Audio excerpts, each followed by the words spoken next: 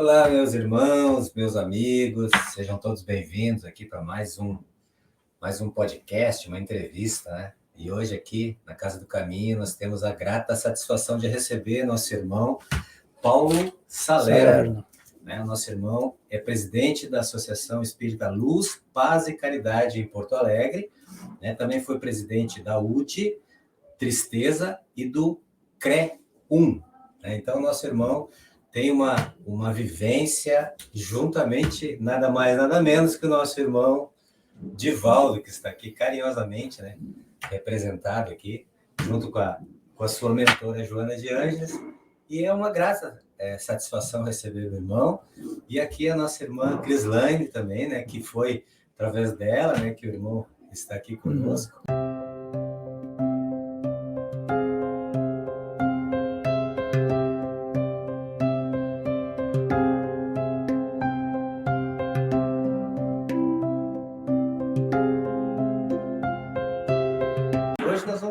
Falar um pouquinho dessa sua aproximação com o Divaldo Pereira Franco, esse ícone, né, da nossa doutrina espírita. E eu queria deixar o senhor à vontade, então, para contar um pouquinho como foi que o senhor conheceu esse irmão, né? E também, antes, a irmã quiser dar boa tarde para o nosso irmão, fique à vontade. Sim, estamos felizes pela presença aqui na nossa casa pela primeira vez, esperamos que talvez muitas outras. Podemos repetir. A gente agradece bastante. E a nossa grande curiosidade é conhecer mais sobre a sua amizade com o Divaldo, como é que vocês se conheceram, e, enfim, né, essa aproximação tão bonita, provavelmente de muitos anos. Sim, né? sim. Gostaríamos que o senhor nos contasse algo sobre isso. Muito bem. O primeiro encontro que eu tive com o Divaldo foi em 1996, ali no auditório Araújo Viana, Porto Alegre. Então, ele estava fazendo uma conferência lá na tarde, e aí passei lá, estive lá, né? E aí, ali na banca do livro e tal, fiquei ali conversando com o pessoal, e a minha atual esposa trabalhava na banca do livro. Nessa época eu era viúvo. E eu já conhecia a minha atual esposa de outros encontros na doutrina espírita, né? E a gente começou a se relacionar, ter um namoro. E aí, como ela ia trabalhar lá na banca do livro, junto com os outros amigos ali da banca, eu fui à tarde lá para ver como é que era e tal, ficar um tempinho ali. E realmente foi um tempinho que a gente esteve ali, terminou a palestra, nós saímos para visitar uma tia da atual minha esposa, que estava já nos últimos dias, né? Então fomos lá visitar ela e tal. Se não me engano, 2 meses ou 3 meses depois, teve um roteiro para o sul do estado. E aí o pessoal me convidou para ir junto. Então, aí, como eu tinha uma picape, eu fiquei encarregado de levar os livros. Então, a gente fez esse roteiro no sul do estado, e ali tive um contato maior com o Divaldo, né? E a gente foi se conhecendo pelo trabalho, né? Ao ponto de eu dizer para ele, olha, Divaldo, hoje estou aqui carregando livros para o conhecimento das criaturas. Porque eu tenho a impressão de que no passado eu carreguei para esconder o conhecimento, para queimar. Aí diz ele, é isso mesmo. Então, o que eu posso dizer? Que o conhecer Divaldo, quando se tem propósitos nobres, é sempre muito gratificante. E na sua simplicidade, na sua humildade, ele nos coloca à vontade para conversar com ele, embora eu seja uma criatura muito reservada. Eu sou de pouco falar, principalmente de mim. E então, aí ele me recebeu muito bem ali no trabalho, sempre preocupado com o nosso bem-estar, enfim. Numa outra passagem, que é muito relevante, que está inclusive num livro da Sueli Caldas Schubert, ali em... Como é o nome da cidade? Cachoeira do Sul. Cachoeira do Sul. Nós estávamos lá atendendo as pessoas. Divaldo me pediu para mim ficar sentado ao lado dele, enquanto ele estava fazendo o autógrafo. E aí chega um rapaz aí de uns 30 e poucos anos, com um envelope na mão, querendo passar aquele envelope para o Divaldo para que ele lesse depois e respondesse. Divaldo disse para ele: eu não tenho tempo para ler, não tenho tempo para te responder. Isso aí, tu quer a resposta agora, eu posso te dar. Né? Mas fala, não, aí esse moço disse, não, está tudo escrito aí. Divaldo pega aquele envelope na mão e vai narrando o que está escrito. O envelope fechado. Envelope fechado. Né? E narrou, e perguntando, é isso mesmo que tu está pensando, é isso mesmo que tu escreveu aqui? E a criatura ali confirmando exatamente. E Divaldo responde exatamente o que é. Eu não sei qual é o assunto, né?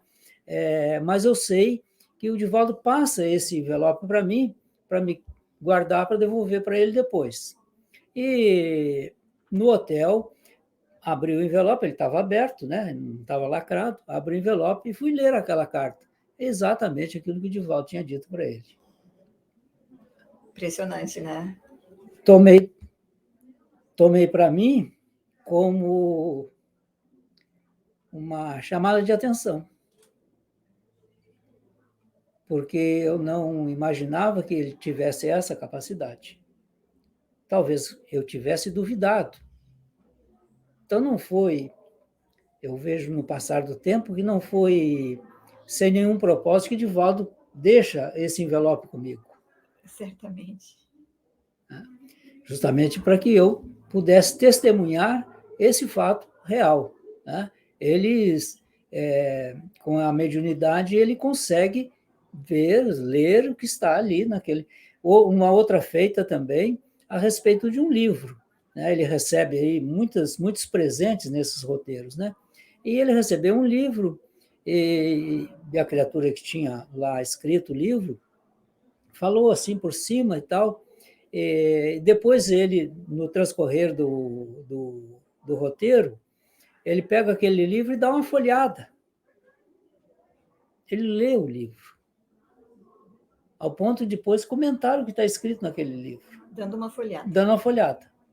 Então veja o grau de sensibilidade que essa criatura possui. Né? E a gente não imagina isso. Né? Numa outra feita, lá em Maringá, num evento também, houve um encontro num ginásio, e o ginásio tinha a quadra era embaixo, né, e as arquibancadas em cima, e a rua também era em cima, então ficava num barranco, né, esse ginásio. Então, lá em cima, onde estava a banca, era o local da entrada.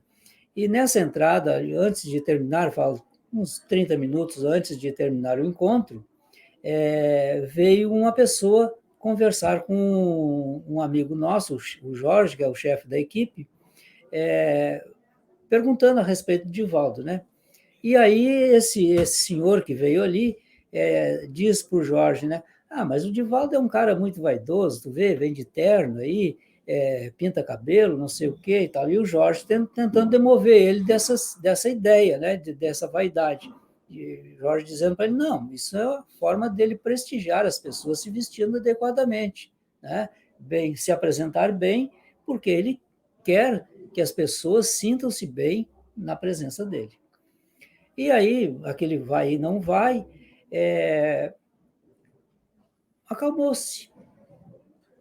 No outro dia de manhã, o Jorge vem e pergunta para nós, ali os da banca, na hora do café da manhã, quem é de nós, quem teria sido o que falou para o Divaldo o encontro que se teve lá em cima enquanto ele estava fazendo a palestra.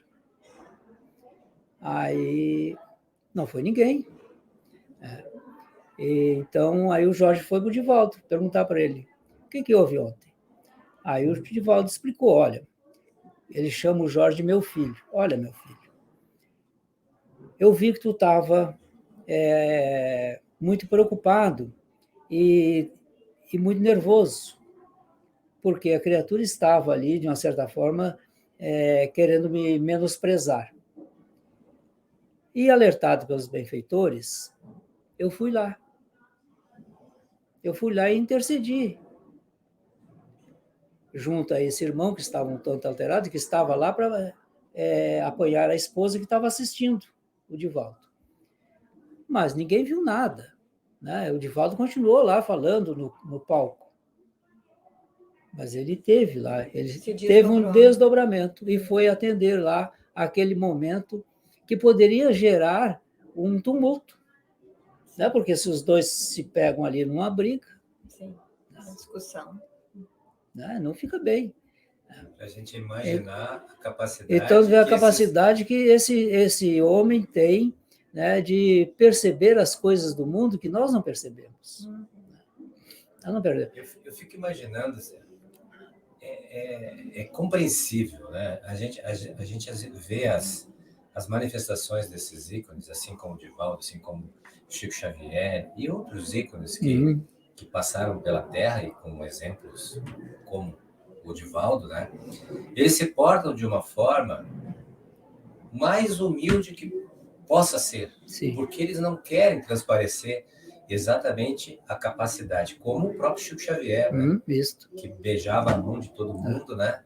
E perguntaram para ele, por que, Chico, que tu beija a mão de todas as pessoas que passam? Aqui são centenas de pessoas. Às vezes, terminava as reuniões, ele estava com os lábios em carne viva, né? Sangrando às vezes. Sim. E ele dizia assim, irmã, eu beijo as mãos porque eu não consigo beijar os pés. Porque se eu pudesse, eu beijaria os pés. Então, esse tipo de humildade.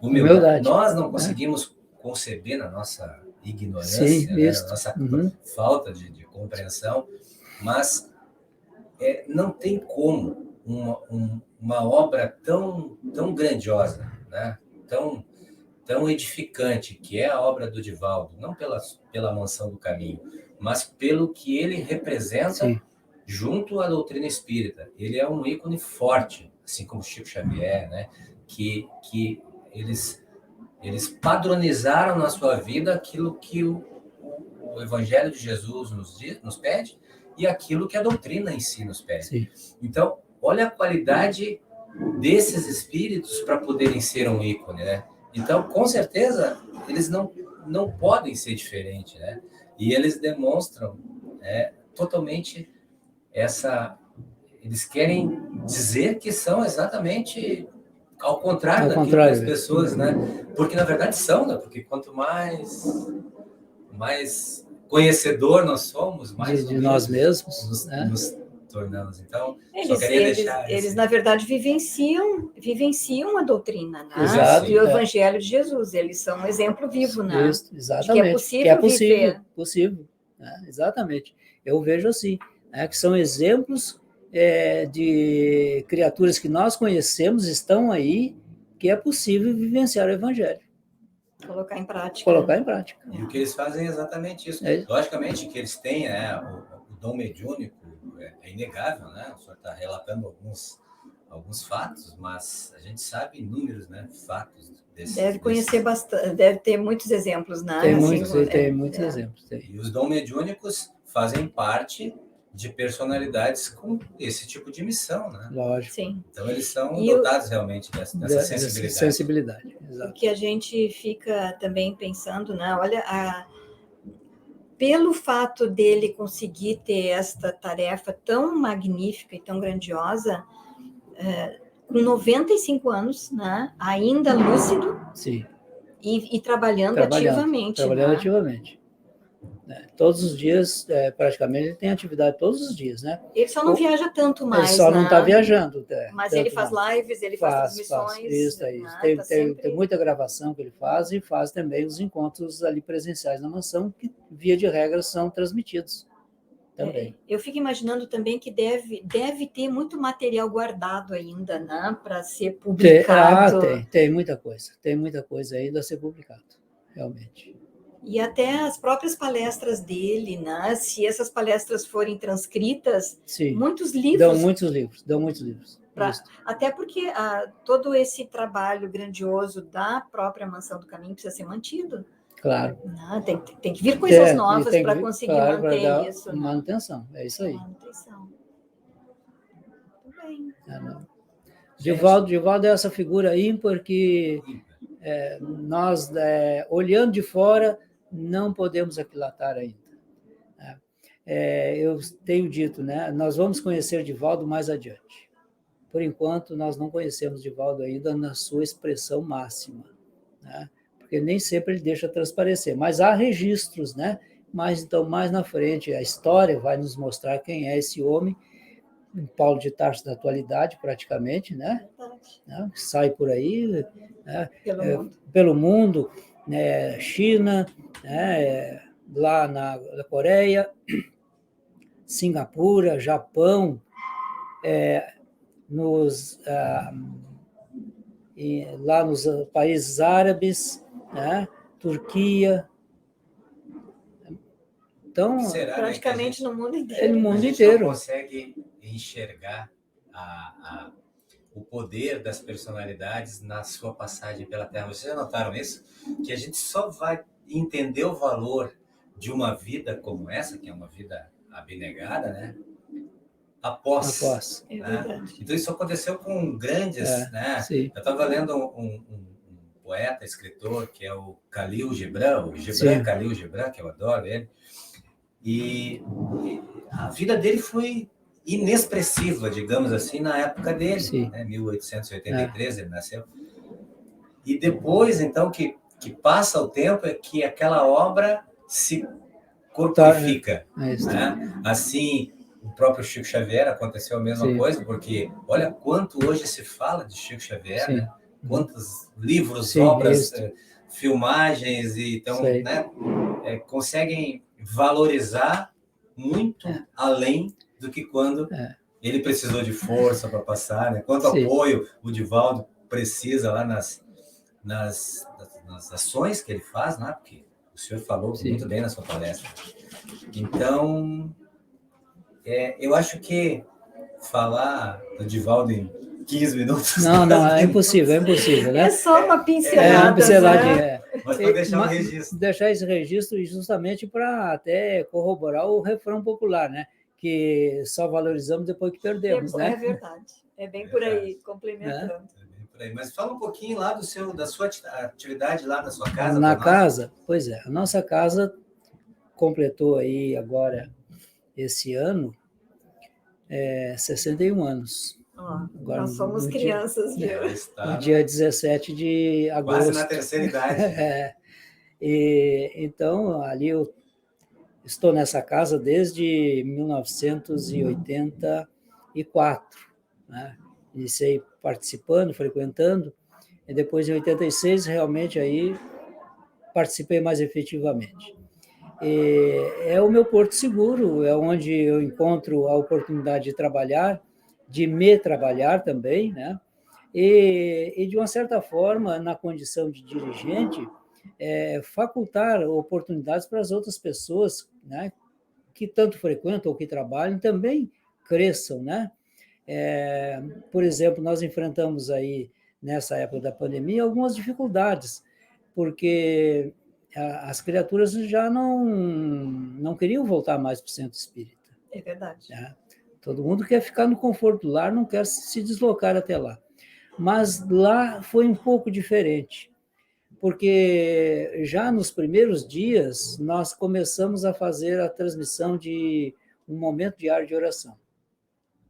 Diário, todos os dias. Não importa, é de segunda a segunda. às 9 horas da manhã, ao vivo. Então, já desde o dia 21 de março de 2020. Mantendo isso aí. As palestras, que antes eram todas elas presenciais, nós, inicialmente, ali, pegamos alguns mais corajosos para fazer ao vivo, né? E quando não conseguíamos alguém para fazer, nós pegávamos da internet uma palestra que se adequasse naquele tempo e colocávamos lá no nosso Facebook, né? Então, naquele horário, nós tínhamos sempre a palestra. Então, vamos supor que a palestra fosse quinta-feira, 16 horas. 16 horas no Facebook teria uma palestra, ou feita por um de nós, né? Ou por um convidado, ou por uma gravada, uma exposição gravada. Então, não paramos. Sim. Nós não paramos na pandemia. Não tínhamos o encontro presencial, mas sempre mantemos na casa um plantão. Nos dias de atividade pública, nós tínhamos alguém da casa que ficava em plantão lá, para receber uma pessoa, às vezes a pessoa não sabia que o centro estava fechado e tal, né? Receber doações também, né? As pessoas sempre procuraram para doar, então sempre a nossa casa praticamente não parou. Nós mudamos a rotina. Sim. Né? Hoje estamos voltando, né, às atividades presenciais há bastante tempo já, né? Reuniões mediúnicas.